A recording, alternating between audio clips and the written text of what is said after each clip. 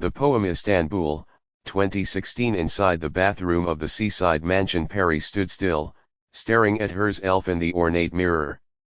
The semblance of composure she had maintained with her daughter had now vanished, replaced by disquiet. The loneliness of the fish in their tank made her think of the figures in cartoons, hopelessly marooned on a desert island, yet never thinking of escape. Could she swim away? Daily habits were altered, personalities reformed, allegiances renounced, friendships broken, even addictions spurned, but the hardest thing to change in this life was one's attachment to a place. A ripple of laughter arose from the other side of the door. The businessman was telling a joke, his voice soaring above the din. Perry missed the punchline, which, by the sound of the reaction, was crude, salacious. "Oh, you men," a female voice was heard, half reprimanding, half teasing. Perry pursed her lips. She had never been one of those women who could say for all to hear, and certainly not in such a flirtatious tone, "Oh, you men." Whether men or women, it was always people with rough journeys in their pasts, uncertainty in their eyes and invisible wounds in their souls that intrigued her. Generous with her time and loyal to the bone, she befriended these select few with an unflagging commitment and love. But with everyone else, who constituted pretty much the majority, her interest quickly morphed into boredom. And when bored, all she wanted was to escape, to free herself from that person, from that conversation, from that moment. She had a hunch that tonight, boredom would be her consort at the bourgeois dinner, and to counterbalance it she promised herself to find little games to play, amusements for her eyes only. Hurriedly, she splashed water on her face. Had her lipstick not been crushed and her eyeshadow palette lost in the alley, she would have liked to touch her makeup. Giving her hair a quick comb with her fingers, she checked herself in the mirror one more time. The face looking back at her was pale, restless, as if a troubled spirit had passed through her unawares. She opened the door. To her surprise, her daughter was waiting outside. "Dad was wondering where you were. I needed to wash up a bit." Perry paused. "What did you tell him?" Perry saw in Denise's eyes a twinkle of affection before indifference took over. "Nothing," she said. "Thank you, my love." "Let's go back." "Wait, you forgot this," said Denise, holding out something in her hand. Perry didn't need to take a closer look to know it was the Polaroid. She had searched for it everywhere in that airless alley. But Denise must have spotted it first and slipped it into her pocket. Now her daughter demanded, "How come I've never seen this before?" There were 4 figures in the snapshot. The professor and his students. Happy and hopeful and ready to change the world, and joyously unaware of what tomorrow held for them. Perry remembered the day the photo was taken. The worst winter in Oxford in decades. She remembered it all: bone-chilling mornings, frozen pipes, heaped snowbanks, and the intoxicating elixir of falling in love coursing through her body. She had never felt more alive. "Who are these people, Mum?" Keeping calm, too calm, Perry said, "It's an old picture. Is that why you carry it in your wallet? Next to your children's photos?"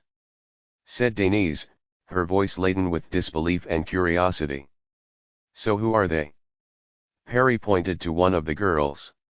She wore a magenta headscarf wrapped neatly in a turban style, and her hazel eyes were outlined with thick kohl that curled all the way up to her eyebrows. "That's Mona." An Egyptian-American student. Intent and silent, Denise studied the girl. "The other girl is Shireen," Perry said. Her gaze landed on a striking figure with voluminous black hair, full makeup, and high-heeled leather boots. Her family was from Iran, but they had moved around so much she didn't feel like she belonged anywhere. "How did you meet them?" It was a moment before Perry answered. "University friends. We shared the same house, were in the same college. We took the same seminar, but not all of us at the same time." "What was the seminar about?" Perry smiled a faint smile, the memory etched in every line of her expression. "It was about God." "Wow," Denise said, her usual response to things she had no interest in. She tapped a finger on the tall man standing in the middle. His brown blonde hair was unruly and long enough to curl, his eyes seemed to glow from under a flat cap, his chin was strong and well defined, his expression tranquil, though not altogether peaceful. Who is he? A frisson of discomfort passed across Perry's features, so subtle as to be almost unnoticeable. He was our professor, really? He looks like a rebellious student. He was a rebellious professor. Is there such a thing? Asked Denise. What was his name? We called him Asa. That's a weird name. Where is this place anyway? England. Oxford. What? How come you never told me you went to Oxford? Denise uttered the last word with an exaggerated lilt. Perry hesitated, unsure what to say. Why, she had never shared it with anyone, including her children. She had an idea, but this was neither the time nor the place to reveal it. Only for a while, she said, her voice tailing off. I didn't finish. How did you get in? She sounded impressed, but Perry also detected a note of envy tinged with resentment in her remark. Her daughter had started stressing about university exams, though they were still several years away. The education system, geared to make young minds ever more competitive, might have been fine for students like Perry, but for free spirits like Denise it was soon mitigated misery. You might not believe it, but I had top grades all the way through school. Father always wanted me to get the best education in Europe. He helped me with the application, and I met the requirements. Grandpa? Asked Denise, finding it hard to reconcile the image of the doddering old man in her mind with this forceful agent of change. Perry smiled. Yes, he was proud of me. Grandma wasn't. Denise asked, detecting a conflict. She was worried that I'd get lost in a foreign country. It was the first time I was leaving home. Not easy for a mother. Perry drew her breath, surprised at her own statement, surprised that she empathized with her mother. Denise gave this some thought. When was all this? Around 9/11, if that means anything to you. I know what 9/11 is, Denise said. Her face lightened with a fresh realization as she said, so this was before you met Dad. You drop out of Oxford, return to Istanbul, get married, give up on your education, have 3 kids in a row and become a housewife. How original, bravo. I wasn't trying to be original, Perry said. Ignoring the remark, Denise chewed her bottom lip. Why did you leave? That was the one question Perry was not prepared to answer. The truth was too painful. It was too hard for me, the classes, the exams. Wordlessly, Denise gave her mother a sidelong glance, her incredulity apparent. For the first time it crossed her mind that the woman who had given birth to her, the woman she had seen every day of her life and expected to cater to her every need and whim, might have been a different person before she and her brothers were born. It was an uncomfortable thought. To this day her mother had been a terra cognita where Denise knew each blissful valley, each placid lake and each wintry mountain. She didn't like the possibility that there might be parts of that continent still unmapped. May I have the photo now? Perry asked. Wait a second. Her eyelashes catching the light from the ceiling lamp, Denise brought the Polaroid closer to her face and squinted, almost cross-eyed, as though expecting to discover a secret code in it somewhere.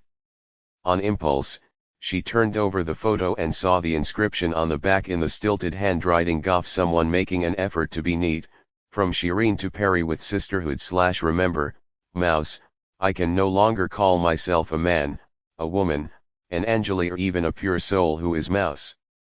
Denise said with a chuckle. That's what Shireen used to call me. That'd be the last nickname I'd call you. Well, I guess I changed, Perry said. Come on, we must go. Denise still looked quizzical. What does this no longer a man, a woman, an angel, mean? What kind of nonsense is this? Just a poem. Sweetheart, give the photo back to me. From the drawing room erupted the sound of clapping and cheering. Someone was being teased or dared to do something. Curious, Denise, after the briefest hesitation, returned the photo to her mother and headed back into the party. Alone in the corridor, Perry held the Polaroid tight, and was surprised to feel the warmth it radiated, as if it were alive. How strange it was, when I came to think of it, that while moments withered, hearts stiffened, bodies aged, promises perished, and even the strongest convictions faded, a photograph, a two-dimensional representation of reality and a lie, remained unchanged, forever faithful. She tucked the Polaroid away in her wallet, careful not to look at any off faces in the shot, resistant to the gaze of the past, resistant to the judgment of a younger Perry about the woman she had become. She straightened her back, ready to meet the other guests, many of whom were in truth no more than strangers, and walked slowly back to the party. The Covenant, Istanbul, 1990. Since secondary school, Perry went through seasons of faith, seasons of doubt. Unknown to her father, she had remained loyal to the oath she had made to God. Every night before she went to sleep, in words carefully chosen, ever so passionately, she prayed. She tried hard. If she sacrificed her disbelief on the altar of love and became as pious as all those preachers proselytizing under Istanbul skies, Allah would be more pleased with her family and less stern with her father, she hoped. An irrational covenant, for sure, but wasn't a very covenant with the Almighty bound to be so. The problem with praying, however, was that it had to be pure monophonic. One consistent voice from beginning to end. But when she talked to God, her mind fragmented into a plethora of speakers, some listening, some making witty remarks, others expressing objections. Even worse, unwanted images flooded her mind, of death, darkness, violence, genocide, but especially sex. She closed her eyes, opened her eyes, struggling to erase the naked bodies writhing in her imagination. Mortified by her inability to control her brain and worried that these thoughts tainted her prayers, she would start over and over, rushing to finish before impure ideas took hold once again. Readying for prayer was like shoving into a cupboard all the junk and clutter, before God came to visit the house of her mind. While she wanted to look her best, she remained acutely conscious of what she'd concealed from his gaze. If, instead of praying alone at home, she prayed amidst a congregation, she might quell the voices consuming her, she thought. With a few like-minded friends, she fell into the habit of visiting local mosques. She reassured the plentiful light from the high, arched windows, the chandeliers, the calligraphy, the architecture of Sinan. It troubled her, however, that the women's sections were either tucked away at the back or lodged upstairs behind curtains, always secluded, separate, small. In one neighborhood, a middle-aged man followed them into the mosque, and afterwards into the courtyard. Girls should pray at home, he said, his eyes traveling over the contours of their breasts. This is Allah's house, it's for everyone, said Perry. He took a step towards her, thrusting out his chest. His body was a reminder, a warning, a frontier. This mosque is not big enough.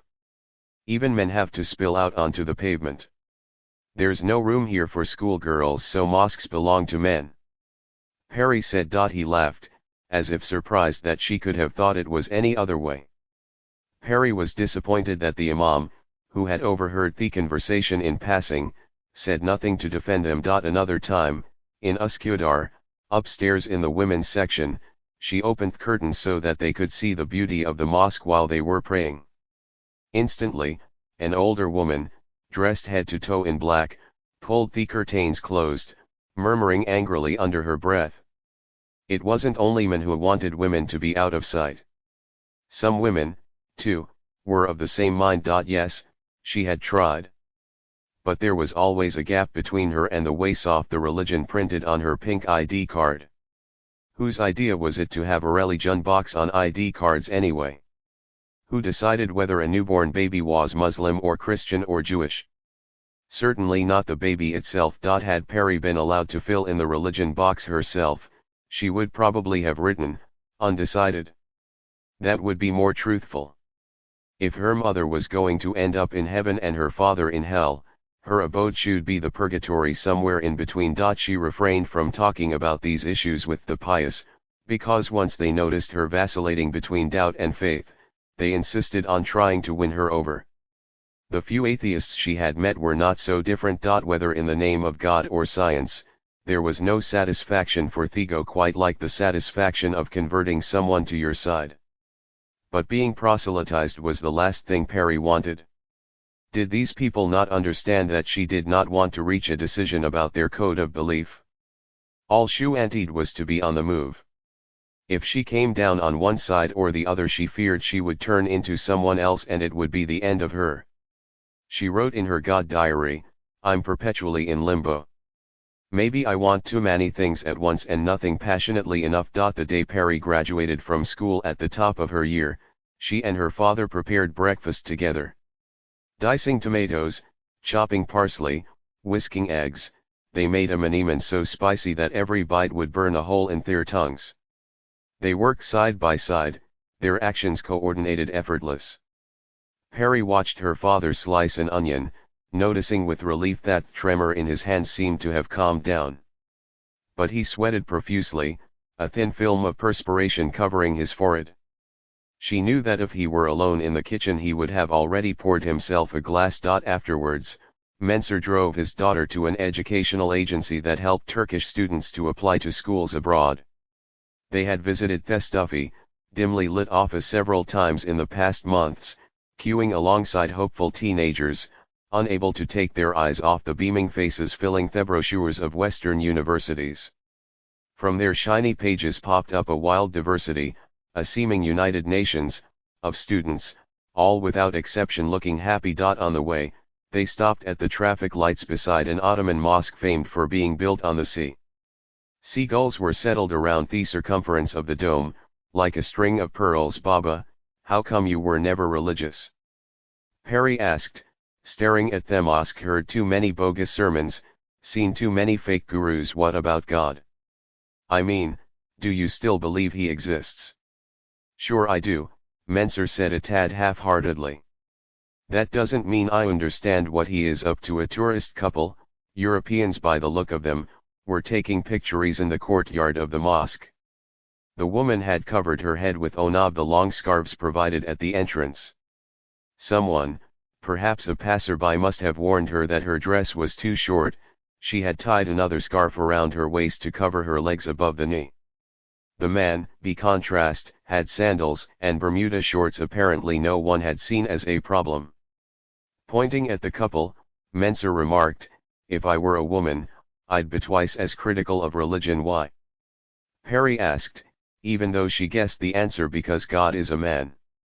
They've made us believe so, all those godly people." A car pulled up next to them, playing a song by Santana at full blast. "You see, my soul," Mensur continued. "I'm fond of the Betashi or Malai or Malami Sufi traditions with their humanism and humor. The Rind were free of all kinds of prejudice and intolerance. How many people remember them today? That ancient philosophy has disappeared in this country. Not only here.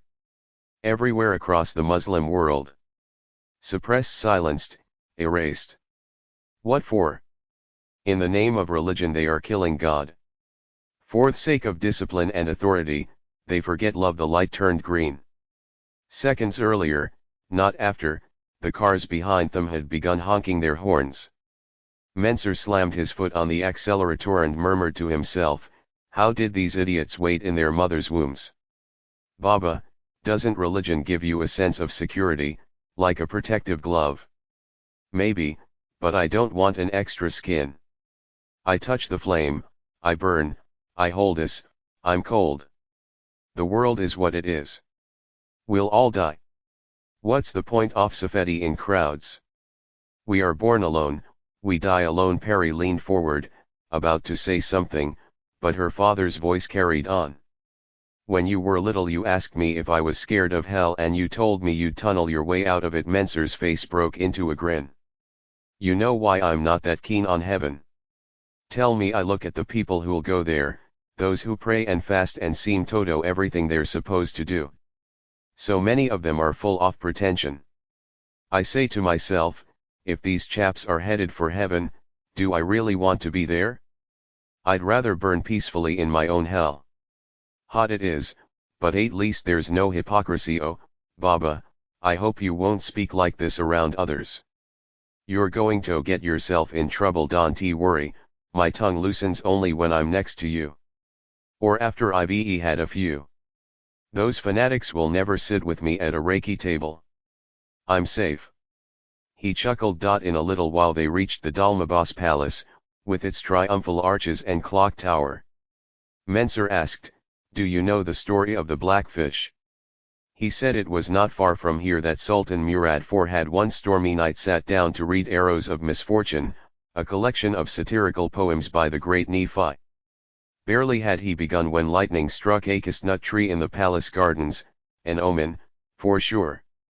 Deeply agitated, the Sultan not only threw the book into the sea, but also signed a letter granting Nephi's enemies permission to chasten him any way they chose. A few days later, the poet, strangled with a noose, was plunged into the very same waters in which his poetry had disintegrated. Verse by verse you see, what a toxic cocktail is ignorance and power. The world has suffered more in the hands of the religious than in the hands of people like me, whatever funny word you call my kind. Perry looked out of the window towards the silver-tipped waves shimmering in the afternoon sun, hoping to catch sight of a fish or two dimpling the surface. She knew, now that she had learned about the poet's fate, that she would never forget this story. She took on the sorrows of odors as though they were her own and hung them around her neck, just like the pine needle necklaces she used to make as a child. They would prick her skin and hurt, but she would refuse to take them off until they dried and crumbled into particles fine as dust. Mensur followed her gaze. That's why the fish in this part of the Bosphorus are black. They've swallowed too much ink. Poor things, they still search for words from poems and flesh from poets, the same thing when you think about it. Perry loved her father's tales. She had grown up with them. Yet the melancholy with which they were infused pierced her soul, like a splinter under her skin that had become an organic part of her. Sometimes she imagined she had splinters all over, both in her body and in the recesses of her mind. Why am I even talking about these things, said Mensur with a new intensity. Aren't you excited about Oxford? They had applied to several universities in Europe, the US and Canada. Places with names so strange that no tongue could pronounce them. But it was Oxford that Mensur kept raving about. It's not certain I'm going. Oh, you are, declared Mensur. Your English is the best.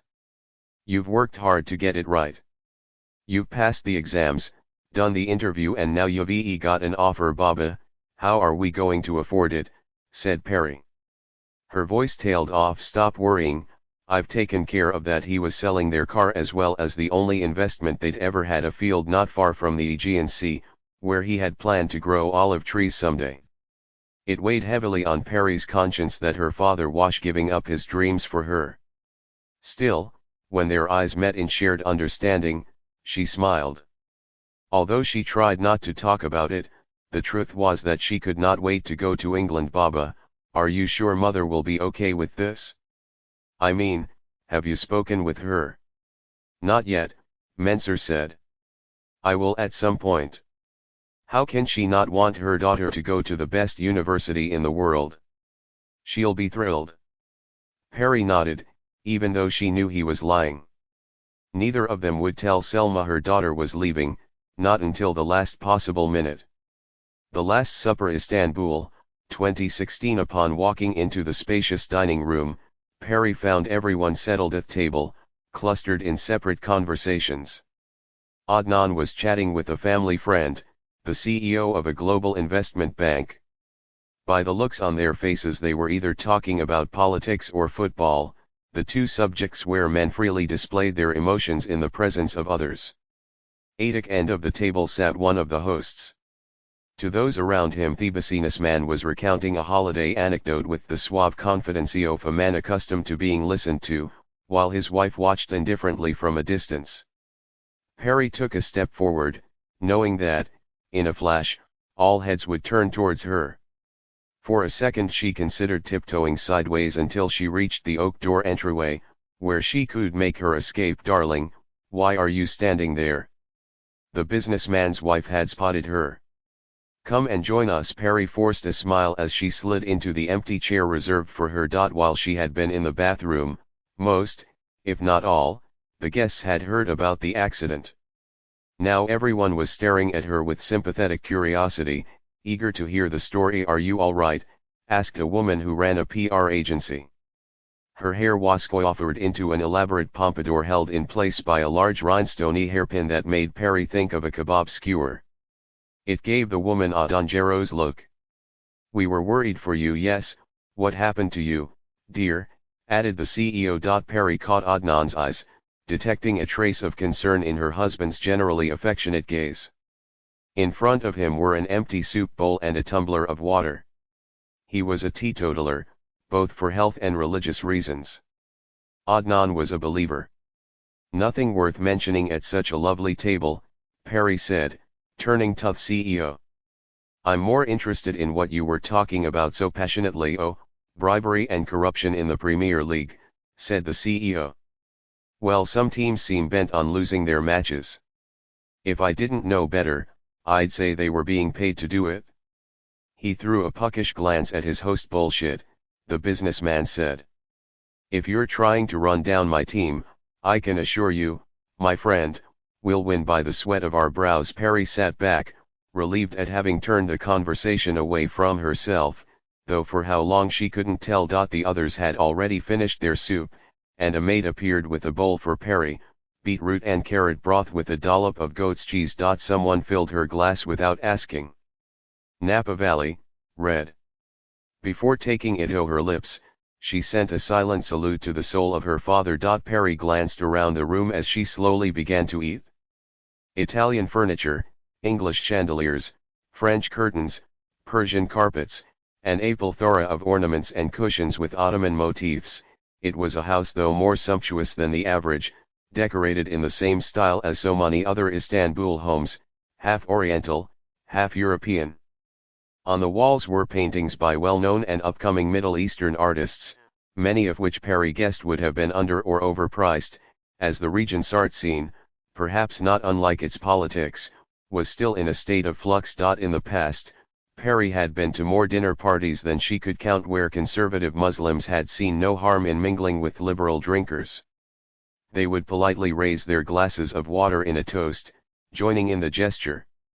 Religion, in this part of the world, had been a collage of sorts. It had not been that uncommon to consume alcohol all year round. Andre Pent on the night of Qadr, when one's sins, so long as one was genuinely remorseful, were erased wholesale. There were plenty of people who fasted during Ramadan both to renew faith and to lose weight.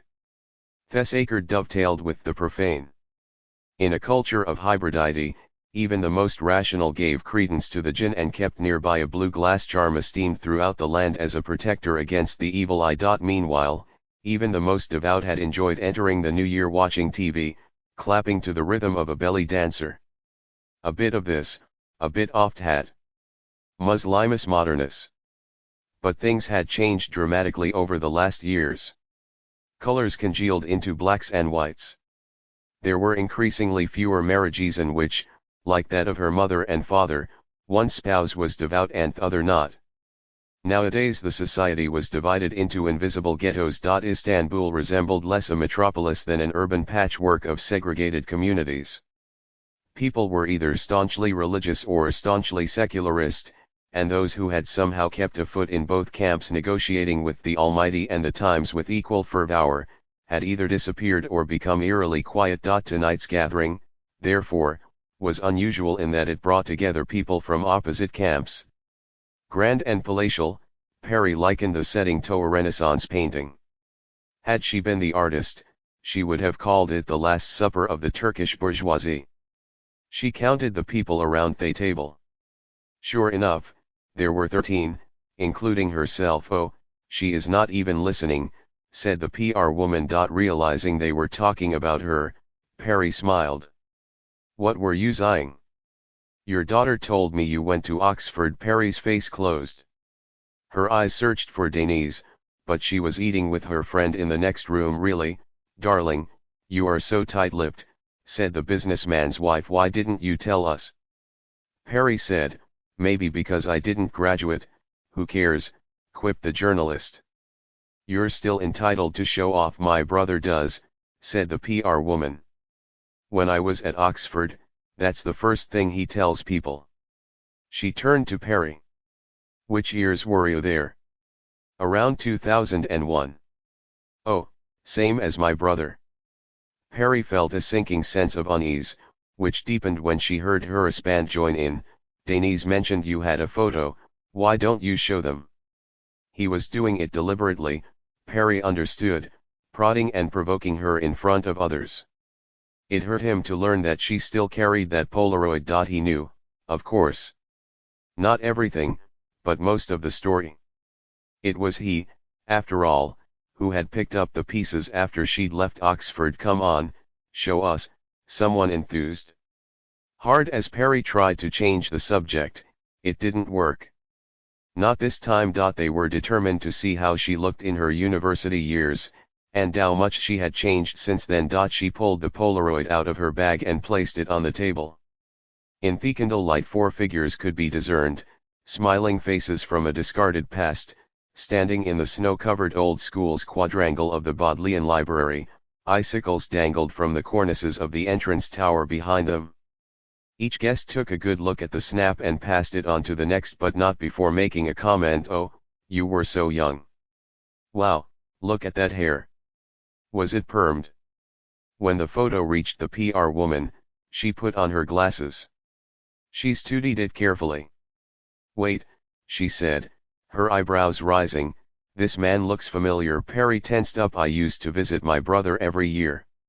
I'm sure he showed me this man's photo. Where was it? Perry's expression froze. Oh, yes, I remember now. It was in a newspaper. This man was a famous professor, he was disgraced, forced to resign from Oxford, everyone was talking about him. There was a scandal. She directed her gaze at Perry. Surely, you must have heard about it. Perry sat still, unable to fabricate a lie, unwilling to tell the truth. To her immense relief, the maids marched in just then carrying the starters. Appetizing smells filled the air. In the interruption as the dishes were served, Perry managed to retrieve the Polaroid. By the time she put it back in her bag, her hands were trembling so much she had to keep them under the table. Part 2. The University Oxford, 2000. The day Nasperine Albontaglu, fresh out of school, arrived at Oxford. She was accompanied by her anxious father and her even more anxious mother. Her parents' plan was to spend the day together. After seeing their daughter settled into her new life, they would board the train back to London in the evening. From there, the couple would take the plane to Istanbul, where they had spent most of their 32 years of firmly unstable married life, like an old staircase that, though rickety, still stood against the ravages of time. But things proved to be more complicated than expected. Twice Selma broke down sobbing, her mood swinging through cycles of perturbation, self-pity, and pride. Every now and then, the woman grabbed an end of her headscarf, seemingly to wipe her face but in reality to dab away a tear. A part of her was delighted with her daughter's achievement. No one in their extended family had won a place at any foreign university, let alone Oxford. The possibility had not even entered their minds, so removed was here from there. Another part of her, however, found it impossible to accept that her youngest child, a girl at that, would be living a continent away, alone, in a place where everything was foreign. It hurt her profoundly that Perry had applied without her knowledge or approval. She sensed her husband's shadow behind the fait accompli. The two of them had informed her only when everything was done, and all she could do was murmur a feeble objection, lest she risk alienating her daughter, probably for the rest of their lives. She wished they had a relative, or a relative of a relative, anyone, as long as they were Muslim and Sunni and Turkish-speaking and God-fearing and Quran-reading and easy to reach by phone, in this strange city to whom she could entrust Perry. But she knew of no one who fitted the description. Mensur, meanwhile, though he yearned to see his daughter excel academically, was no less despairing about letting go of her. Outwardly composed, he spoke in a halting, disconnected way, in the same tone he might have used to talk about a distant earthquake, accepting but with an undercurrent of pain. Perry understood, and to some extent shared, her parents' uneasiness. Never before had they been separated, never before had she been away from her family, home and homeland. See, how beautiful it is here, Perry said. Undeterred by the pressure building in her chest, she could not help feeling excited, ready for her life to soar. The sun sent out shafts of warm light from between the clouds, giving the feeling that summer had returned despite the occasional flicks of chilly autumn wind. With its cobbled streets, crenellated towers, cloistered arcades, bay windows and carved porticos, Oxford resembled a place out of a children's picture book. Everything in the compass of their gaze was redolent of history, so much so that even the coffee shops and department stores felt part of this centuries-old endowment. In Istanbul, ancient thought a city was, the past was treated like a visitor who had overstayed his welcome.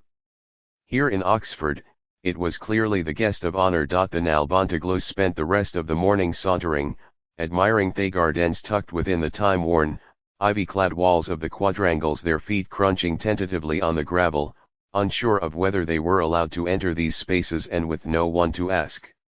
Some parts of the town felt so empty that the flaking limestone walls lining the ancient lane seemed to ache for human attention. Tired and famished, they spotted a pub on Alfred Street, a place with low ceilings, creaking wooden floorboards and clamorous customers.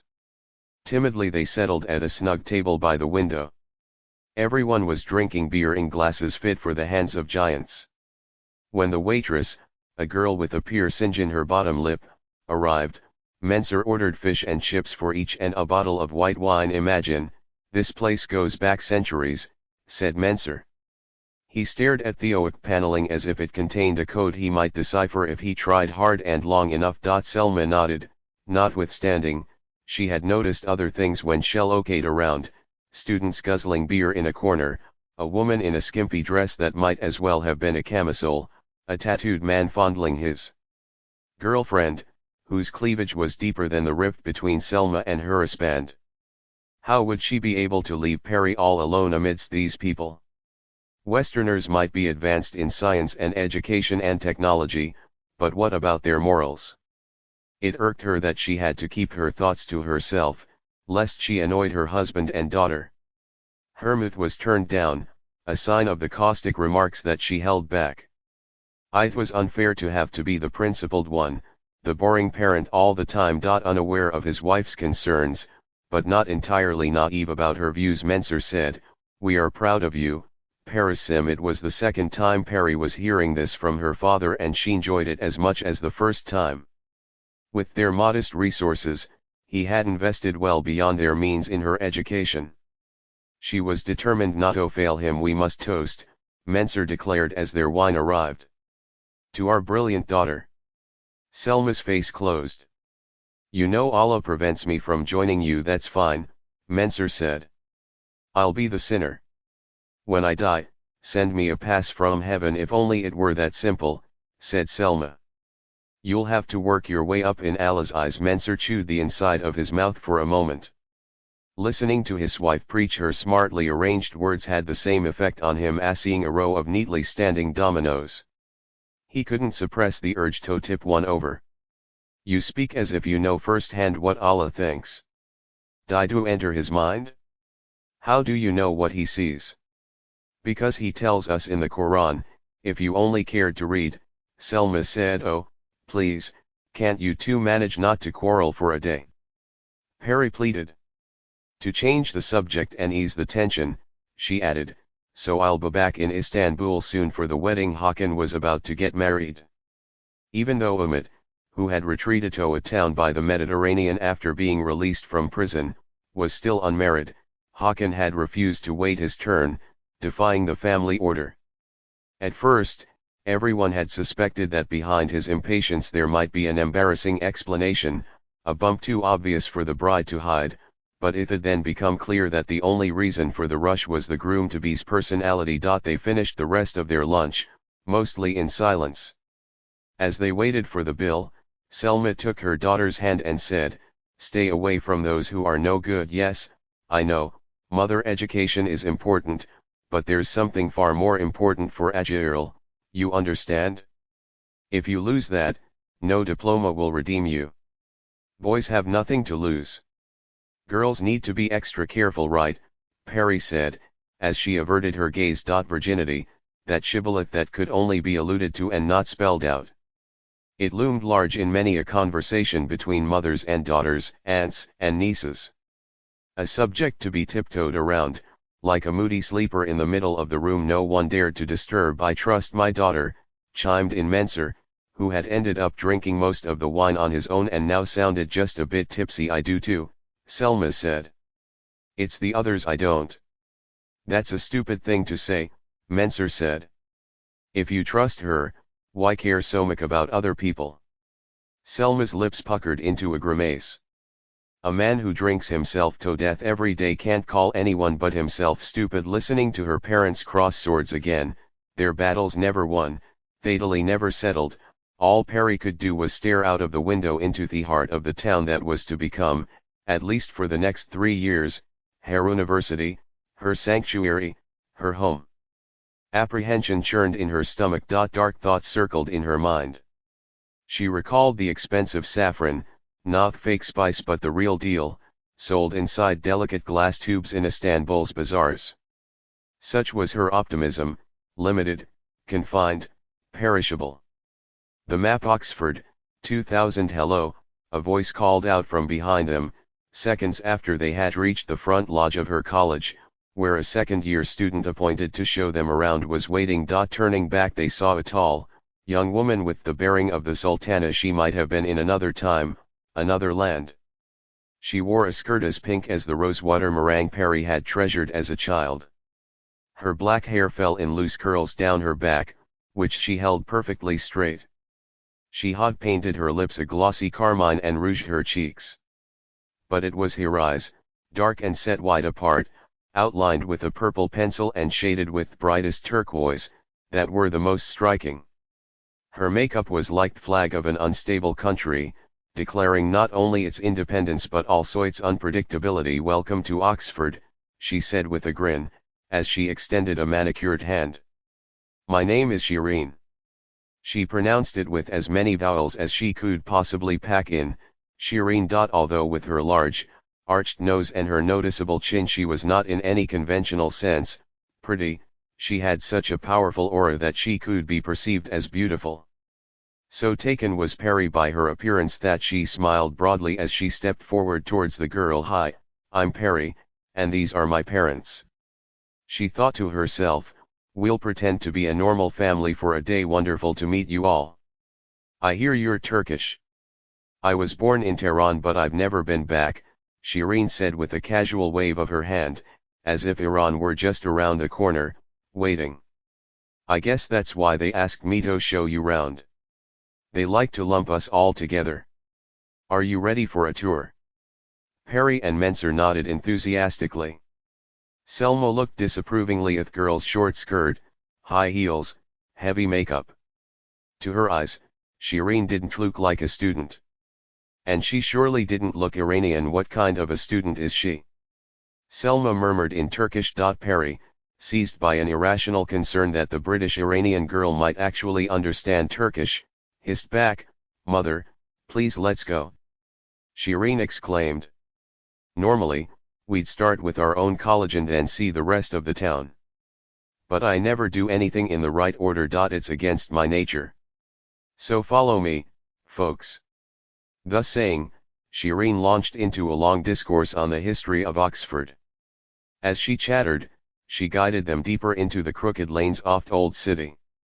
Lively and good-humored, she talked so fast that her words gushed out in a wild torrent, which the Nalbandiglos found hard to catch, especially Selma, who saw no resemblance between the old-fashioned grammar-based English she had learned years ago in school, and forgotten with the speed of lightning afterwards, and the gibberish that she heard right now. To help her out, Perry assumed the role of translator, if rather loosely. She softened, rephrased and, where need be, censured anything that might irritate her mother. Meanwhile, Shireen explained that all the colleges in Oxford were autonomous, self-governing foundations that controlled their own affairs, a fact Menser found confusing. "But there has to be president, authority above everything," he objected in his broken English, and glanced around as though he feared the town might descend into anarchy. "I have to disagree," Shireen said. "In my experience, Authority is like garlic, the more you use it, the heavier the smell. Mensur, who had spent most of his adult life longing for a central authority, strong and solid and secular enough to stop the rise of religious fundamentalism, looked up in alarm. Authority for him was a binder, the mortar that held the pieces of a society together in perfect order. Without that, the bricks would fall down, the structure would come apart. Surely not all authority bad, Mensur insisted. What about women's rights? What do you say when a strong leader defends women? Well, I'd say, thank you very much, I can defend my own rights just fine. We don't need a higher authority to do that for us. As she said these words, Shireen glanced at Selma, taking in her headscarf and long, shapeless coat. Perry, ever sensitive to other people's negativity, realized that her mother's dislike of Shireen was mutual. The British Iranian girl seemed to harbor a disdain for women who covered their heads, a disdain she felt no need to hide. Come, mother. Perry gently pulled Selma by the arm, the one with the burn scar, a souvenir from a carpet washing day years before.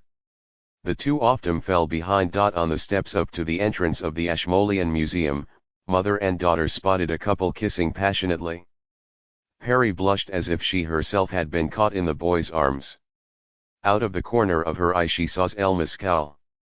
This was the same woman who had taught her absolutely nothing about sex. She still remembered when, as a child one day in the hammam, she had asked about the thing she saw dangling in between a boy's legs. Selma's response had been to storm off towards the boy's mother and launch a tirade that did not quite carry over the noise of the running water from the marble fountains, but, judging by her gestures, must have been harsh. Perry had felt mortified, and guilty too, for being curious about something she clearly had no right to be curious about. Over time curiosity had yet again got the better of her.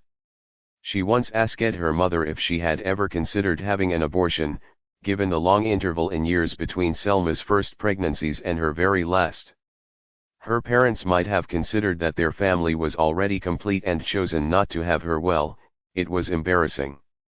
I was 44 when you came along, Selma had said. Why didn't you terminate it? Perry had pushed it was illegal back then. Although there would have been ways. But of course it would have been a sin, surely. I said to myself, sin in the eyes of Allah is worse than shame in the eyes of neighbors, so I carried on. Perry had never told her mother how she loathed this reply. She had expected her to say something gentler. I never thought of ending the pregnancy, I already loved you so much. Or I had arranged to see a woman who would help, but the night before I saw you in my dream, a little girl with green eyes. But, as things stood, Perry concluded she was a sandwich baby born between sin and shame, 2 layers of doom. Together they visited the college where Perry would be in residence. Her accommodation was in a front quad, a magnificent Grade I listed building that, to the Nalbantaglow's eyes, looked less like a dormitory than a museum. As impressed as Perry was with the high ceilings, oak paneling, and the timelessness of tradition, she was also silently disappointed by the size and simplicity of her room. A sink, a wardrobe, a bureau, a bed, a desk, an armchair, and a cupboard. That was it, a surprising contrast with the spectacular exterior, but then there was the exhilarating freedom of living alone for the first time. As they went down the narrow staircase, moving aside for other students to pass, Shireen turned and winked at Perry. If you want to make friends fast, leave your door open. That way, people will pop in and say hello. A closed door means, back off, I don't want to be disturbed. Really? Perry whispered, not wanting her parents to catch any of this. But how can I study with interruptions? Shireen chuckled as if the mention of studying were the funniest thing she had heard that day. During the rest of the afternoon, Shireen showed the Nalbantaglow's the circular Radcliffe camera, the Sheldonian Theatre, and the Museum of the History of Science with its early scientific instruments. Their next stop was the Bodleian Library. Shireen explained that the Bod, as students and dons called it, had over 100 miles of underground shelves. At one time you had to take an oath not to steal the books. In some college libraries there were still chained books, as in medieval times. Mensur pointed at an inscription on the coat of arms on the wall. What does that mean? Dominus illuminatio mea, the Lord is my light, said Shireen, pointing her eyes to the skies, either inadvertently or mockingly. It was hard to tell. Recognizing the gesture more than the words, Selma elbowed her a span in the ribs. See, if a Turkish university had a similar sign on its wall about Allah, you'd be riled. You'd regard it as a retreat for fanatics. A terror camp for suicide bombers. But here you have no problem with religious inscriptions. That's because in Europe religion has a different nature, said Mensur dismissively. How so? Said Selma. Religion is religion. Not true. Some are more religious, said Mensur, sounding, even to his own ears, like a surly child. Look, in Europe religion doesn't try to dominate everything and everyone. Science is free. Science bloomed in Al-Andalus, said Selma. Uzumbaz Effendi explained it to us, Allah bless his soul. Who do you think invented algebra, or the windmill? Or the toothbrush? Coffee. Vaccination. Shampoo, Muslims. When Europeans were barely washing themselves, we had Georgia's hammam scented with rosewater. We are the ones who taught hygiene to Westerners, now they are selling it back to us. Who cares who invented what 1,000 years ago, said Mensur. Ask ye ourself, woman, who has made the most of science. Dad, Mum, enough, muttered Perry, mortified that a stranger was witnessing her parents' confrontation. Shireen, whether because she had picked up the tension and wanted to fan the flames a little, or out of sheer coincidence, went on to explain that many of the oldest colleges in Oxford had evolved from Christian monastic foundations. Perry translated none of this into Turkish for her mother. As they climbed the stairs in the Bodleian Library, Perry stopped to read the names of the patrons inscribed on a brass board. Since time immemorial, without interruption, the wealthy and the mighty had supported this magnificent collection. It saddened her to think that had this library been built in Istanbul, say around the same period, it would have been razed to the ground, probably more than once, and rebuilt on each occasion with a different architectural style and a new name depending on the dominant ideology of the times, until one day, it would have been converted to military barracks and then, most probably, to a shopping center. She heaved a sigh. Are you okay? Asked Shireen, standing right beside her. Yeah, I just wish we had such lovely libraries in Turkey, said Perry. Keep wishing, sister. Europe has been printing books since the Middle Ages. I don't know when exactly the Middle East started doing it, but I know, for a fact, we are all doomed. I mean, Iran, Turkey, Egypt. Okay, I get it, rich cultures, lovely music, good food. But books are knowledge. Knowledge is power, right? How can the gap ever be closed? 287 years, Perry said quietly. What? Sorry, Perry said. Gutenberg's press dates from around 1440. A few Arabic books were published in Italy in the 1500s. But it was with Hammud Faraka in the Ottoman Empire that Muslims started printing, under heavy censorship, of course. Anyway, that adds up to a difference of about 287 years. You're a weird one, said Shireen. You'll definitely survive at Oxford. You think so? Perry smiled. Feeling thirsty, they stopped for coffee in the covered market nearby. While Perry and Shireen looked for a table, Mensur and Selma went in search of lavatories, walking apart from each other. Speaking of gaps, there seems to be quite a large one between your parents, said Shireen suddenly. Your father's kind of leftist, right? And your mum, I wouldn't call him a leftist, but yes, he's a secularist. Kemalist, if you know anything about Turkey. And mum is just like Shireen, she, too, left sentence hanging in the air. Slowly, Perry picked an invisible piece of lint off her sleeve and rolled it between her fingers. She had never met anyone so blunt and intrusive, but she wasn't half as offended as she felt she ought to be. Still, she changed the subject. So you were born in Tehran? Yes, the oldest of 4 girls. Poor Baba. He desperately wanted a boy, but Shaitan sneaked into his bed. Baba smoked like a chimney, ate like a bird. It's killing me, that's what he used to say. He meant the regime, notice. Finally, he found a way out. Madarjan didn't want to leave, but, out of love, she agreed. We were spirited to Switzerland. Have you ever been there? No, this is the first time I've left Istanbul, said Perry. Well, Switzerland's nice, far too nice, bathing in melted caramel nice, if I know what I mean. 4 years of my life in sleepy Zion. Believe it or not, I once overheard a girl complain to her father that the supermarket didn't stock her favorite variety of berries. I mean, hello, the world is boiling, the Berlin Wall has fallen, and you're talking about berries. Though I was a child, even I could feel something exciting was in the air. I love it when walls come down. Okay, life was good in Switzerland, but a bit too slow for my taste. Ever since then I've been rushing to make up for lost time. Perry listened, her face changing from curiosity to delight. Afterwards we went to Portugal. I liked it there, but not Baba. Still smoking, complaining. 2 years in Lisbon, just when I've learned enough Portuguese, bam.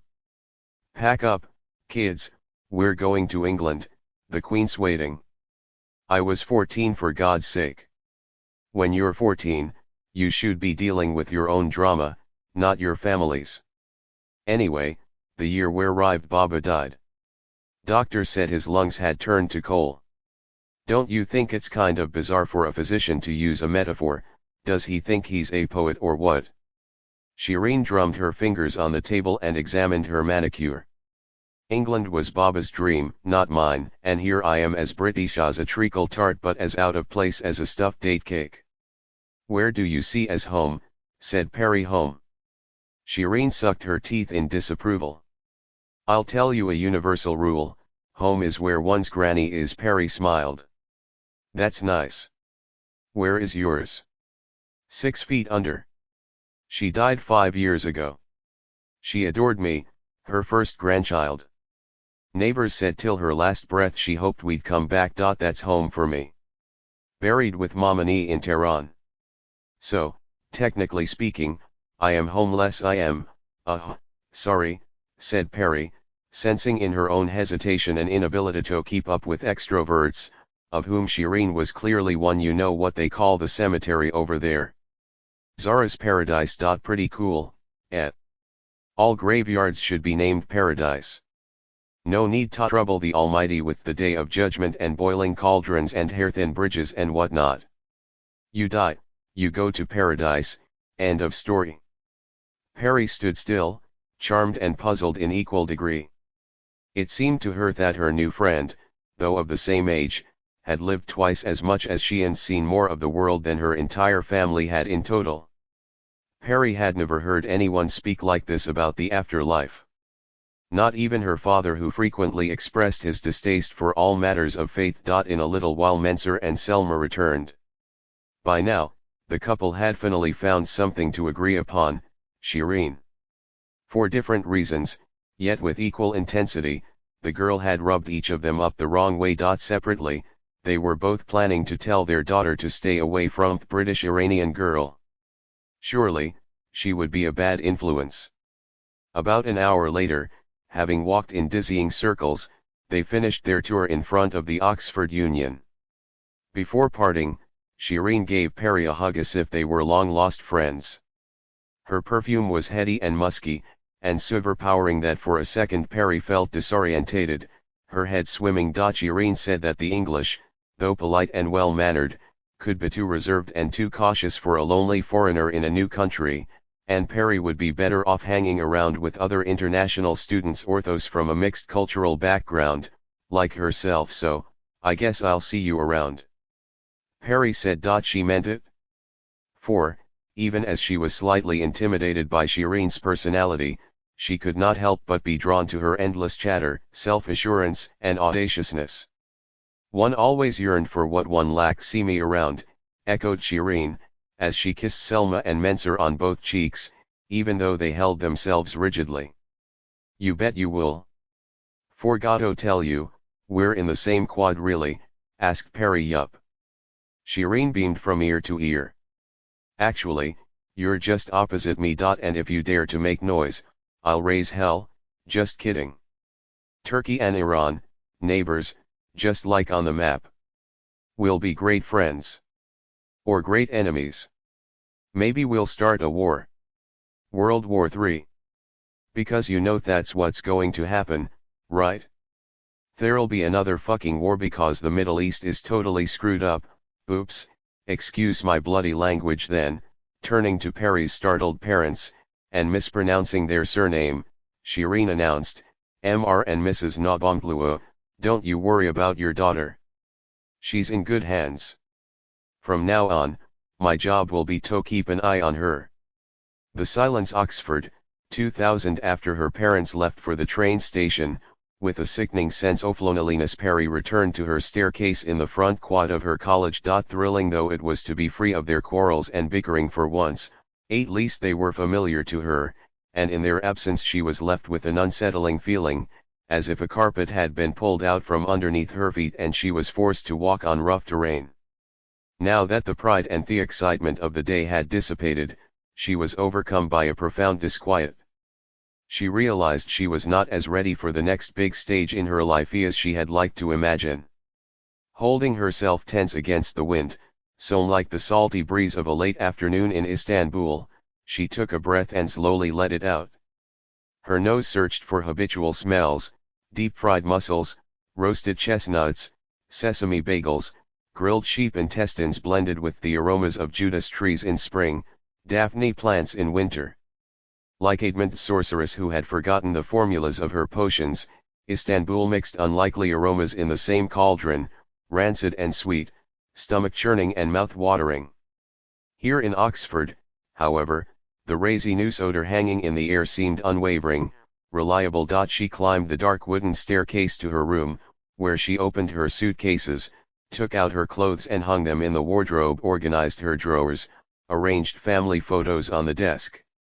She placed her god diary beside her bed. She had brought along a few of her favorite books, some in Turkish, others in English: Sadig Hidayet's The Blind Owl, Alice Munro's The Love of a Good Woman, Zadie Smith's White Teeth, Michael Cunningham's The Hours, Arundhati Roy's The God of Small Things, Ogazate Estutuna Myanmar, Italo Calvino's Invisible Cities, Kazuo Ishijiro's An Artist Off the Floating World. "Why do you always read Western writers?" the only boyfriend she had ever had once asked. She was in school back then, in her final year, and he, 3 years older, was already at university, studying sociology. The hidden accusation in the question had caught her by surprise. In truth, Perry read both local and world literature. Her tendency was to lose herself in any book that captured her imagination and awakened her curiosity, regardless of the nationality of its author. Yet, compared with her boyfriend, whose shelves displayed Turkish titles, and a few Russian and South American novels, which he said were uncorrupted since they were not written through the distorted lens of cultural imperialism, her reading list was too European. "When I look at you, I see a typical Oriental intellectual in the making," he had said. In love with Europe, at odds with her roots. Why roots were rated so highly compared with branches or leaves, Perry had never understood. Trees had multiple shoots and filaments extending in every direction, under and above the ancient soils of the earth. If even roots refused to stay put, why expect the impossible from human beings? Even so, besotted with him, Perry had felt a stir of guilt. Although she was a more avid reader than he, it seemed as if she had wasted her time roaming side streets and back lanes in the city of books, tempted by its flares and flavors. She had tried, for a while, not to spend any money on Western titles, but her new resolution had quickly collapsed. A good book was a good book, and that was all that mattered. Besides, for the life of her, she could not comprehend the reactionary attitude to reading. In many parts of the world you were what you said and what you did, and, also, what you read. In Turkey, as in all countries haunted by questions of identity, Yawara, primarily, what you rejected. It seemed that the more people went on about an author, the less likely it was that they had read their books. Eventually, their relationship, undermined less by their diverging taste in literature than their differing attitudes to intimacy, had come to an end. There was a type of boyfriend in the Middle East who became irritated if I rejected his sexual advances, yet, at the same time, the moment you began to respond passionately to his desires, you lost your value in his eyes. Doomed if you said no, doomed if you said yes. Either way, it was a no-win situation. Once she finished arranging her room, Perry opened the leaded window looking out onto the pristine lawns of the college garden. A sense of emptiness hovered in the air, blurring the outlines of every perceptible shape in the distance. Staring at the shadows of the trees nearby, she shuddered as if a spirit or a genie, pitying her loneliness, had brushed up against her ever so softly. Could it be the baby in the mist? She did not think so. She had not seen him in a long while. An English ghost, probably. Oxford seemed like a place where ghosts, uninhibited and not necessarily frightening, could move around at will. The first thing that struck Perry about Oxford was the silence. That was and would remain for months to come, the one peculiarity she found hard to get used to, the absence of noise. Istanbul was unashamedly boisterous day and night, even when one pulled down the shutters, drew the curtains, put in earplugs and pulled the blanket up to one's chin. The din, barely weakened, would penetrate through the walls, seeping into one's sleep. The last cries of street hawkers, the rumbling of late-night lorries, the sirens of ambulances, the boats on the Bosphorus, the prayers and the profanities, both of which multiplied after midnight, would hang in the wind, refusing to disperse. Istanbul, just like nature, abhorred a vacuum. As she sat on her bed, Perry felt a knot in her chest. Her parents' anxiety seemed to have caught up with her, though for reasons of her own. She felt like an imposter. She feared she might never succeed here, among students who were surely far better educated and more articulate than she. The English she had learned at school, and refined through long nights off reading on her own, might not be enough to keep up with some of the advanced courses in the philosophy, politics, and economics degree. Though she took pains to hide it as best as she could, Perry's fear of failure was profound. Her throat constricted. She was surprised at how fast her eyes welled up. The tears, when they came, felt warm and familiar and somehow not sad at all. A knock jolted her back to the moment. Without waiting for an answer, the door was pushed open and Shireen walked in. "Hello, neighbor." Perry sniffed involuntarily and smiled as she tried to compose herself. "Told you to leave your door open." Shireen stood in the middle of the room, arms akimbo. "Is it a boy?" "What? You're crying. Did you break up with your boyfriend?" "No good, you should never shed tears over a man." "What then?" "You broke up with a girlfriend." "What?" "No." "Okay, easy," Shireen said, throwing up her hands in mock apology. "I can see you're as straight as dried spaghetti." "I'm more the fresh pasta type." Perry's eyes widened. "If those tears are not for a sweetheart, you must be homesick," Shireen said with a tilt of her head. "Lucky you." "Lucky me?" "Yup, if you are homesick, it means you have a home somewhere." Shireen planted herself down on the armchair by the desk and produced out of her pocket a bottle of nail varnish, a red so bright that several creatures might have been slaughtered in the making of it. "Do you mind?" Once again, without waiting for a reply, she took off her slippers and began to paint her toenails. A pungent chemical smell infused the air. "So now that your parents have left, can I ask you a few things?" Shireen said. "You religious?" "Me? Not really," said Perry painstakingly, as though revealing something it had taken her a while to understand. "But I care about God. I need more than that." "Like, for instance, do you eat pork?" "No." "What about wine, do you drink?" "Yeah, sometimes, with my father." "Aha, I thought so. You're a half and half." Perry frowned. What do you mean? But Shireen was not listening anymore. She seemed to be looking for something else in her pockets. Unable to find it, she screwed up her nose, stood and headed to her room across the staircase, wobbling on the bottom of her heels so as not to smudge her freshly painted toenails. Curious and slightly irritated, Perry followed Shireen into her room, its door wide open. She stopped dead, struck by the mess she saw. Makeup kits, face creams, lace gloves, perfume bottles, half-eaten apples, sweet wrappers, empty crisp bags, crumpled Coke cans, books and pages torn from magazines were scattered around. Some of these pages had been stuck upon the walls, next to a poster of Coldplay and a black and white picture of a dark-haired sultry-looking woman that read Foro Farrokhzad. From the other end of the room a huge poster of Nietzsche, with his copious mustache, glared at her. Next to it was what looked like an enlarged colorful photocopy of a Persian miniature, its frame glittering gold. Underneath it stood Shireen, fumbling inside her backpack. What did you mean by that? Perry repeated, half Muslim, half modern. Can't stand the sight of pork, but content with wine, or vodka or tequila, you get the drift. Loosey-goosey when it comes to Ramadan, fasts here and there, yet eats on days in between. Won't abandon religion, for you never know if there's life after death, better play it safe. Doesn't want to let go of freedoms either. A bit of this, a bit oft had. The great fusion of the times, Muslimus modernus. Hey, I feel offended, said Perry. Of course you do. A Muslimus modernus always does. With that Shireen pulled out from her backpack a pellucid bottle, top coat for her nails, and exclaimed, found it? Perry glared at Shireen. If I am who you say I am, what about you? Oh, sister, I'm just a wanderer, said Shireen.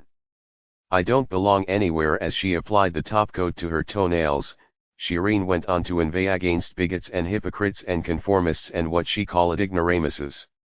Like a river her ideas gushed, words of liquid, seething, splashing, searching. She said people who believed or disbelieved with a sincere passion were equally worthy of respect in her eyes. What she couldn't tolerate were those who didn't think. The copycats, she called them. In the hush that followed, Perry was pulled in two opposite directions. A part of her disliked Shireen's argumentative swagger. She could sense Thagiral's anger, but at what exactly? Her motherland, her father, her religion, the mullahs in Iran, she could not be certain. Another part enjoyed listening to Shireen, catching in her soliloquy echoes of her own father's voice. Either way, this was not the kind of conversation she had expected to find herself engaged in on her first evening away from home. She wanted to talk about the classes, the dons, where to go for coffee, where to get the best sandwiches, the particulars of everyday life in Oxford. It began to rain, a soft, steady patter filled the room. The sound must have had a soothing effect on Shireen, for when she spoke again, her voice, though still suffused with emotion, was calmer. Sorry to bombard you with me personal crap. It's up to you what you choose to believe in, none of me business. Don't know why I got carried away like that. It's okay, Perry said. I'm just glad my mother isn't here. Shireen laughed, an airy giggle, almost childish. Tell me about the other students, said Perry. Are they all very smart? You think everyone in Oxford is fucking Einstein? Shireen snorted on the last word. Look, students are like milkshakes, they come in flavors. There are about 6 kinds of students around here. I'd say first, there were the social environmental justice types. Talkative, serious, peppery, immersed in campaigns like saving rainforests in Borneo or persecuted Buddhist monks in Nepal, Shireen explained. They were easy to identify, with their baggy sweaters, beaded necklaces, bad haircuts, turned-up jeans, purposeful expressions, and ballpoint pens and pads always equipped to collect signatures. They organized nighttime vigils, and during the day put up flyers everywhere, and got themselves into one heated debate after another. They loved making you feel guilty for not being part of something larger and more meaningful than your petty life. Second, there were the Eurotrash. They came from wealthy European families who somehow all seemed to know one another. Over the holidays they went skiing at the same resorts and came back flaunting their tans and parroting their snaps. Practicing a sophisticated form of endogamy, they dated only among themselves. At lengthy breakfasts they consumed loaves of bread with wads of butter and still managed to stay slim. They liked to complain that the croissants were stale and the cappuccinos were fake, and they never stopped talking about the weather. Third, the public school crowd. Selective socializers. They established cliques at warp speed, choosing their friends mostly on the basis of the schools they had been to. With abundant energy and confidence, they launched into a series of extracurricular activities. They rode, canoed, fenced, acted, played cricket, golf, tennis, rugby, water polo, and did taiji or karate in their spare time. All that action must have left them thirsty, for they gathered in drinking societies where they made the most of dressing in black tie and drowning in alcohol, reveling in the exclusion of those who lacked the social background to become members of their clubs. One had to be nominated to join, and any prospective candidate could be blackballed. Then there were the international students, Indians, Chinese, Arabs, Indonesians, Africans. Most of them fell into two subgroups. Those who, like magnets drawn to each other, cast about for the familiar. They dined, studied, smoked, and hung around in clusters where they could speak their mother tongue. And then there were those who did the exact opposite, aiming to distance themselves as far as possible from their compatriots. The latter had the most volatile accents, which changed dramatically in their attempts to sound more British or, at times, American. Fifth, there were the nerds. Serious, studious, intelligent, inquisitive, worthy of respect but impossible to befriend. In mathematics, physics, philosophy, they sprang up like wild mushrooms, preferring their quiet, shady corners to open sunlight. They studied their subjects with a passion that verged on neurosis. You could spot them even amidst a crowd, walking briskly from the library to their tutorials, eager to discuss issues with dons in the cloisters, but otherwise perfectly content in their solitude. In truth, they were more comfortable in the company of their books than next to their peers in the college bar or the junior common room. As she kept listening to Shireen, Perry felt an excitement laced with anxiety. She was both ready and afraid to discover this new world into which she needed the strength to walk. "How do you know all this?" Shireen laughed. "Because I've dated guys, and girls, of each group you dated, girls. Sure. I can love a woman, I can love a man. I don't give a damn about labels." "Oh," Perry said uneasily. "Well, what about the sixth category?" "Aha!" Shireen said, her dark eyes lit with flecks of amber. "Those are Theans who arrive here as one thing and then become something else altogether. They thrive. Ugly ducklings transformed into swans, pumpkins into coaches, Cinderellas into heroines. For some students Oxford works like a magic wand, it touches you and tada. You change from frog to prince." Perry shook her head. "How so?" "Well, it happens in several ways, but usually it's thanks to someone, a tutor, probably. Someone who challenges you and makes you see yourself or who you are." Something in Shireen's tone intrigued Perry. "Is that your experience?" "Yep, you got it?" "I'm a type 6, Shireen said. "You wouldn't have recognized me a year ago. I was a ball of anger." "And what happened?" "Professor Azza happened," said Shireen. "He opened my eyes. He taught me to look within. I'm a calmer person today." If this was her calmer self, Perry didn't want to know what the other Shireen might have been like. She asked, "Who's Professor Azza?" "You don't know?" Shireen smacked her lips as if she had something sweeten her tongue. "Azza is a walking legend around here." "What does he teach?" A smile flashed across Shireen's face. "God, really?" "Really," said Shireen. "He's a bit like God himself. He's published 9 books, and he's always on a panel or conference. Quite a celebrity, I must tell you. Last year Time magazine named him among the 100 most influential people in the world. Outside a wind was picking up, slamming a window open and shut somewhere in the building. It was fucking hard to be his student. Shireen continued. Hell, he made us read so much. It was insane. All kinds of weird stuff, poetry, philosophy, history. I mean, I like these things, don't get me wrong, why would I be in the humanities if I didn't like them, huh? But he'd find these texts that knew a jot about and ask us to debate them.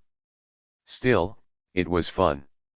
By the time I finished I was not the same person. Once Shireen started talking, Perry noticed, she kept going on and on, like a car with bad brakes, unable to slow down, much less stop, unless by an outside force. Now she was saying, you should consider taking his seminar as an option. Well, if Asa allows you to, that is.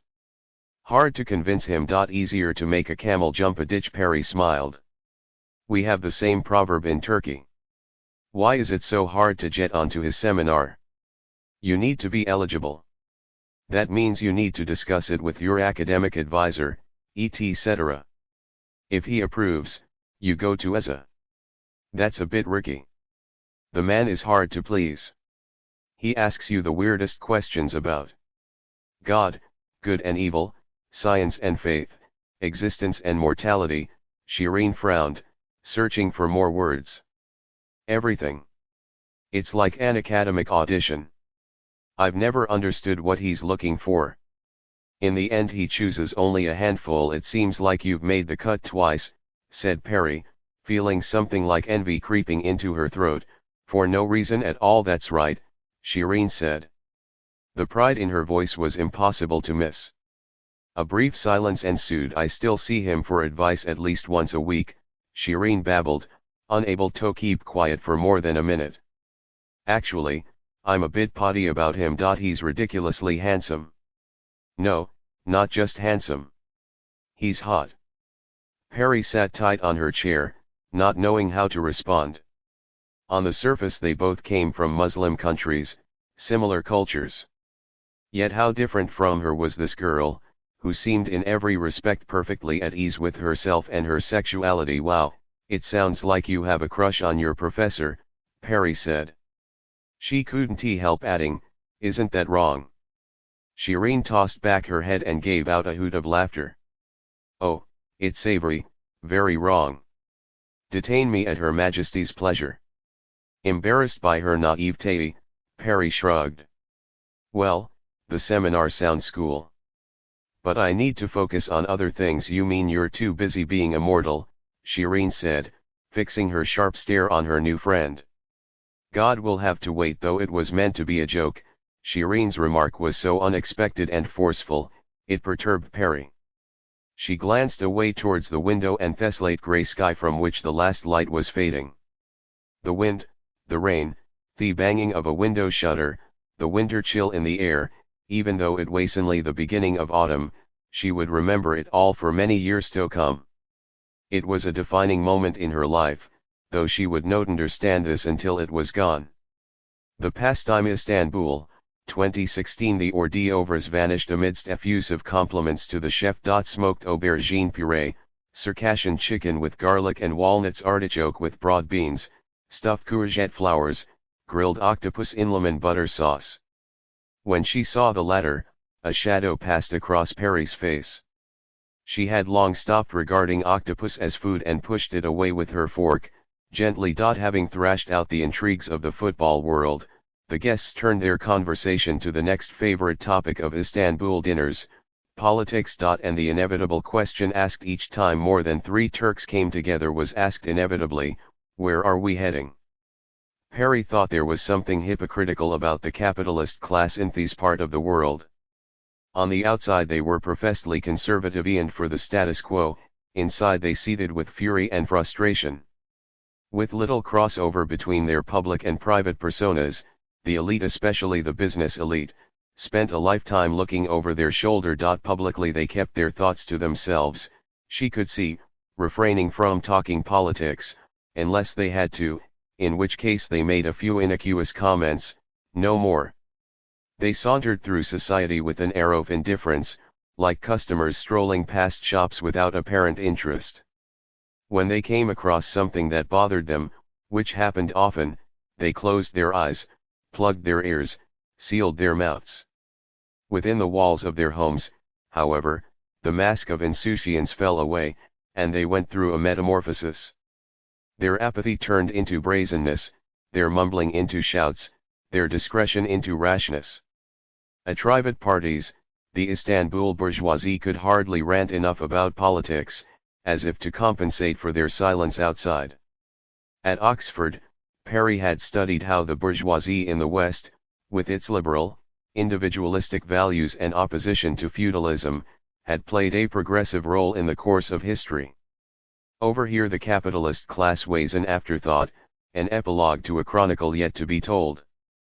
In the eyes of Marx, the bourgeoisie had created a world after their own image. Had the Communist Manifesto been written in and about Turkey, that thesis might have been somewhat different. Notoriously evasive, the local bourgeoisie had yielded to the culture that surrounded them. Like a pendulum that knew no rest, they oscillated between a self-approving elitism and a self-effacing statism. The state, with a capital S, was the beginning and the end of everything.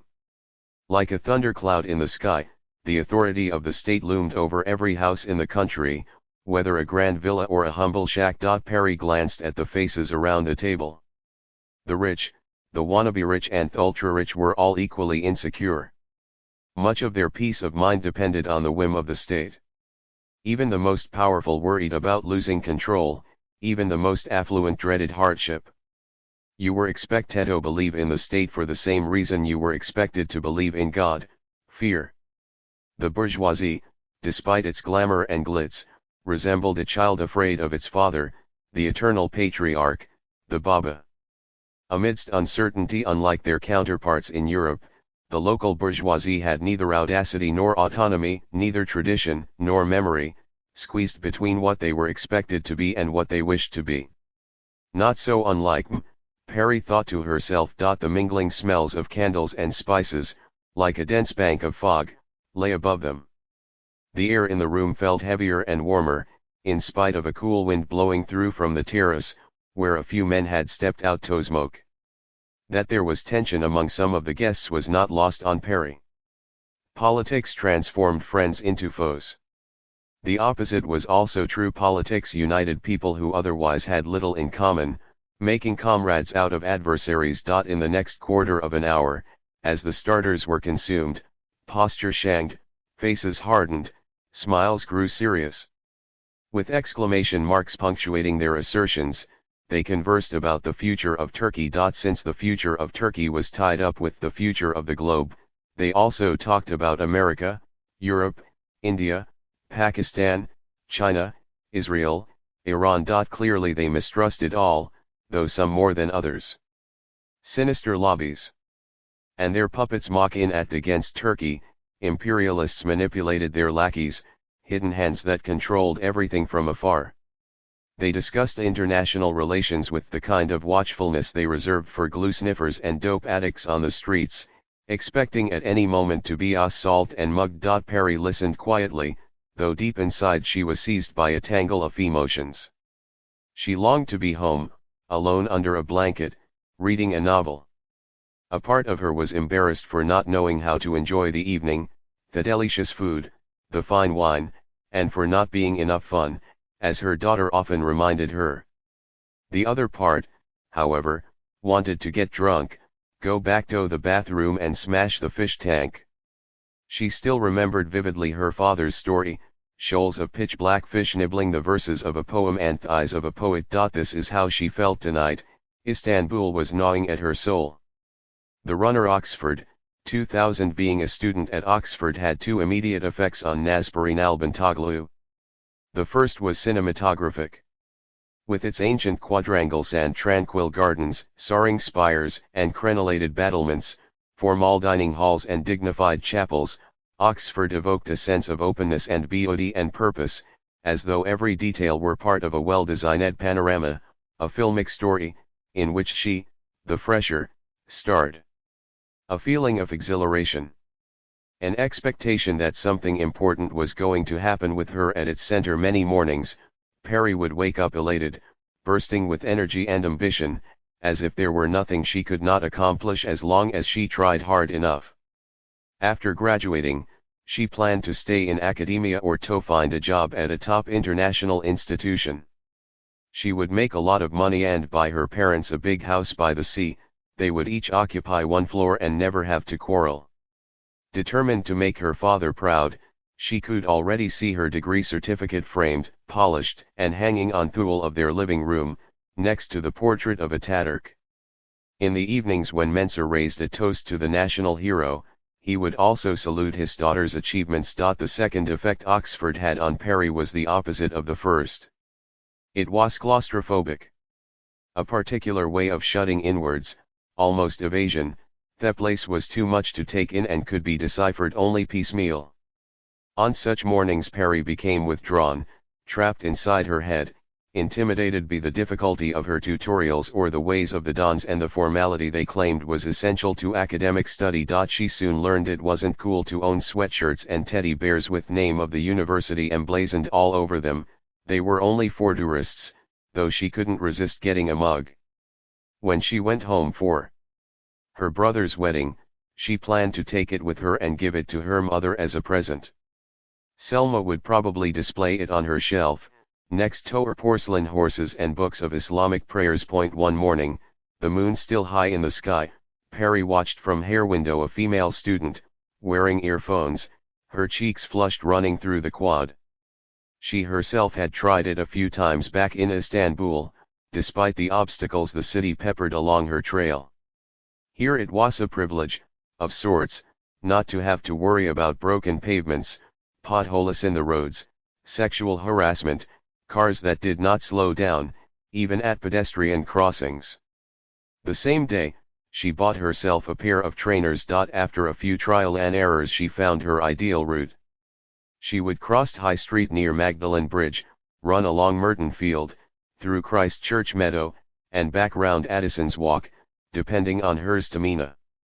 Sometimes the cobble seemed to roll out beneath her feet and she had the feeling that at the end of one of those quaint little streets she would find a portal to another century. Getting into a rhythm was the hardest part, but once she did she could keep on going for almost an hour. After she had run for a good long while, her hair clinging damply to her neck, her heart galloping to the point of pain, she would feel as though she had entered another space, a threshold between the living and the dead. She was aware that she thought about death far too much for a person so young. Many went running at Oxford, academics, students, staff. One could easily tell those who enjoyed it for the exercise and those who saw it as a burden, doing it only because they had promised someone, their doctor, their partner, a fitter version of themselves. Perry envied the runners however clearly better than she was, but mostly she was content with her performance, weekends and weekdays without fail. When she had to work in the mornings, she ran after dusk. If evenings were full, she forced herself out of bed at sunrise. A few times, too sporadically to turn into a habit, she went on late runs to clear her head, the night so silent she could hear nothing but her rasping lungs as she ran full pelt through the center of town. Such iron self-discipline, she assured herself, would do her good, not only physically but also emotionally. Occasionally, when she fell into sync with another runner, she wondered what he or she might be thinking about. Maybe nothing. For Perry, this was the only time she could quiet her anxieties and dispel her fears. Speeding across the meadows, inhaling the moist air, which, at any moment, might turn to rain, she felt a lightness of being that she had never before experienced, as though she, Perry, Nasbari, Rosa, had not saved hair worries all these years the way others collected golden wrappers and foreign stamps. She felt like a blithe spirit, as though she had no past and no memory of the past.